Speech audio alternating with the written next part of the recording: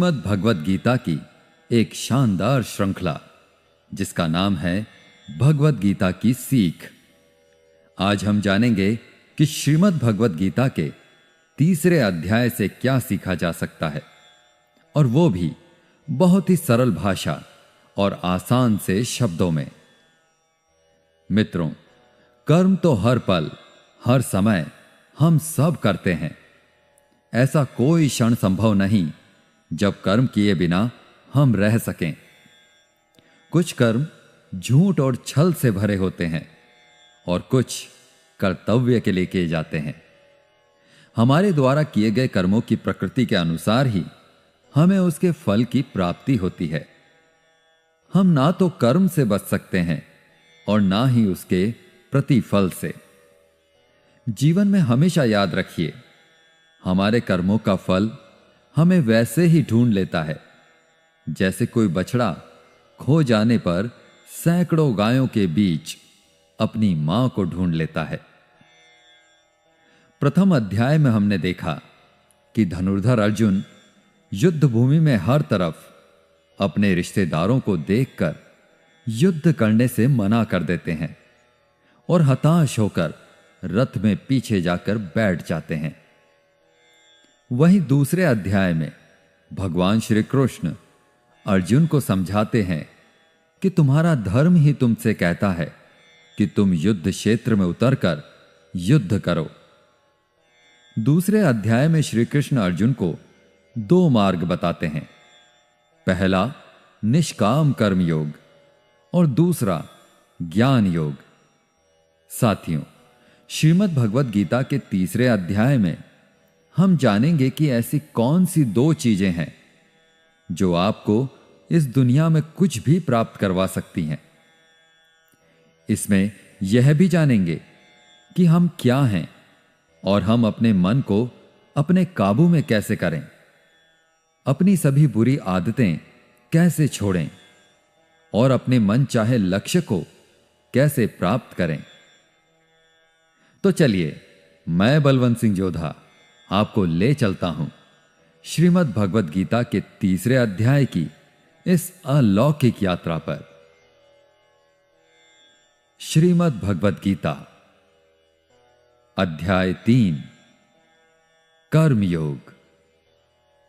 इस अध्याय में श्री कृष्ण यह समझाते हैं कि सभी जीव अपनी स्वाभाविक प्रकृति के गुणों के कारण कार्य करने के लिए बाध्य होते हैं और कोई भी प्राणी एक क्षण के लिए भी अकर्मा नहीं रह सकता।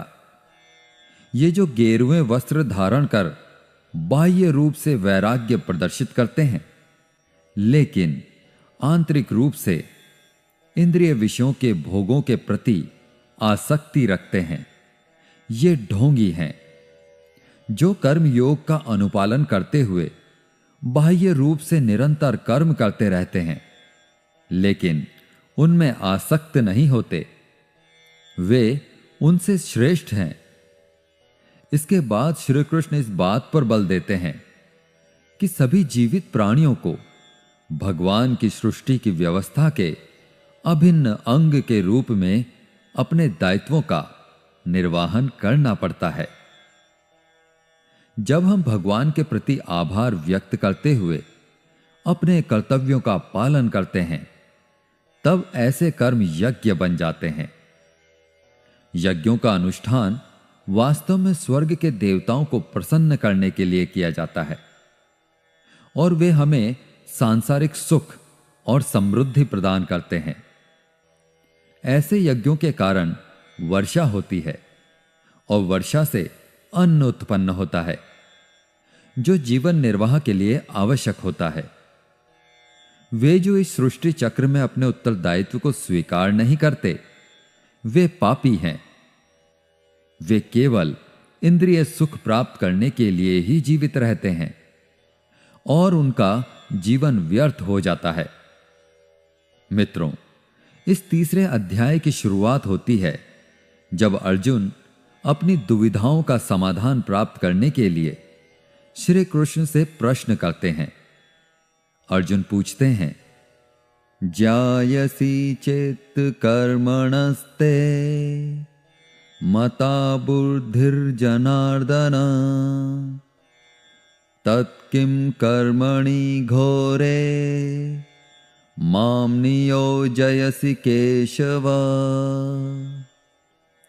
अर्थात, हे जनार्दन, यदि आप बुद्धि को कर्म से श्रेष्ठ मानते हैं, तब फिर आप मुझे इस भीषण युद्ध में भाग लेने के लिए क्यों कहते हो? आपके अनेक अर्थ वाले उपदेशों से मेरी बुद्धि भ्रमित हो गई है। आपकी बातें सुनकर ऐसा लग रहा है कि जैसे ज्ञान कर्म से ज्यादा सही है, लेकिन आप तो मुझे युद्ध करने के लिए बोल रहे हैं। तो आप ही बताइए कि मैं ज्ञान का रास्ता अपनाकर सन्यासी बनूं या कर्म का रास्ता अपनाकर युद्ध लड़ूं? कृपया मुझे निश्चित रूप से कोई एक मार्ग बताएं जो मेरे लिए सर्वाधिक लाभदायक हो। यह सुनकर भगवान श्री कृष्ण अर्जुन से बोले, लोकेस्मिन् द्विविधा निष्ठा पुरा प्रोक्ता मया नघ ज्ञान योगेन सांख्यानां कर्म योगेन योगिनां। अर्थात, हे निष्पाप अर्जुन, मैं पहले ही ज्ञानोदय की प्राप्ति के 2 मार्गों का वर्णन कर चुका हूं। ज्ञान योग उन मनुष्यों के लिए है जिनकी रुचि चिंतन में होती है, और कर्म योग उनके लिए जिनकी रुचि कर्म करने में होती है। मित्रों, योग का मतलब है ऐसा मार्ग जिससे हम अपना जीवन सफल बनाते हैं। उनमें से एक है ज्ञान योग और दूसरा है कर्म योग। और दोनों ही रास्तों की अगर मैं बात करूं तो कर्म तो दोनों ही मार्ग पर करना ही पड़ेगा। कर्म अनिवार्य है। इसीलिए श्री कृष्ण कहते हैं, न कर्मणामनारंभान् नैष्कर्म्यं पुरुषो श्नुते न च सन्न्यसनादेव सिद्धिं समधिगच्छति। अर्थात, न तो कोई केवल कर्म से विमुख रहकर कर्म फल से मुक्ति पा सकता है और न केवल शारीरिक संन्यास लेकर ज्ञान में सिद्धावस्था प्राप्त कर सकता है।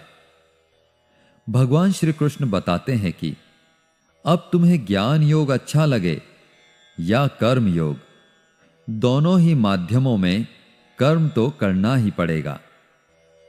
कुछ लोगों को लगता है कि हम तो कर्म ही नहीं कर रहे हैं, हम तो निष्कर्मी हो गए हैं।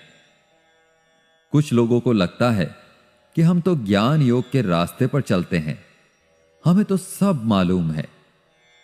तो चाहे ज्ञान योग हो या निष्काम कर्म योग, भगवान श्री कृष्ण इसको स्पष्ट करते हैं ताकि कोई भी संदेह या भ्रांति ना रह जाए कि ज्ञान मार्ग में भी आपको कर्म करना है और निष्काम कर्म मार्ग में भी आपको कर्म करना है।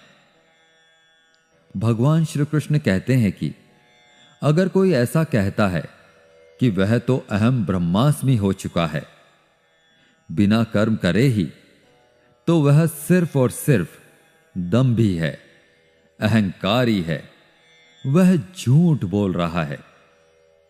कोई भी मनुष्य एक क्षण के लिए भी अकर्मा नहीं रह सकता।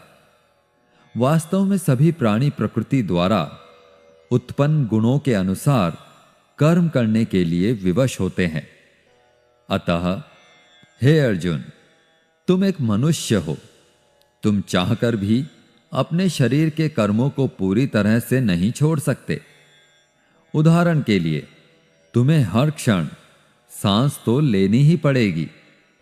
अगर पेट है तो खाना ही पड़ेगा, और अगर तुम इन सबको किसी भी शक्ति से रोकना भी चाहोगे तो क्या निश्चित है कि तुम अपनी इच्छाओं के बारे में नहीं सोचोगे?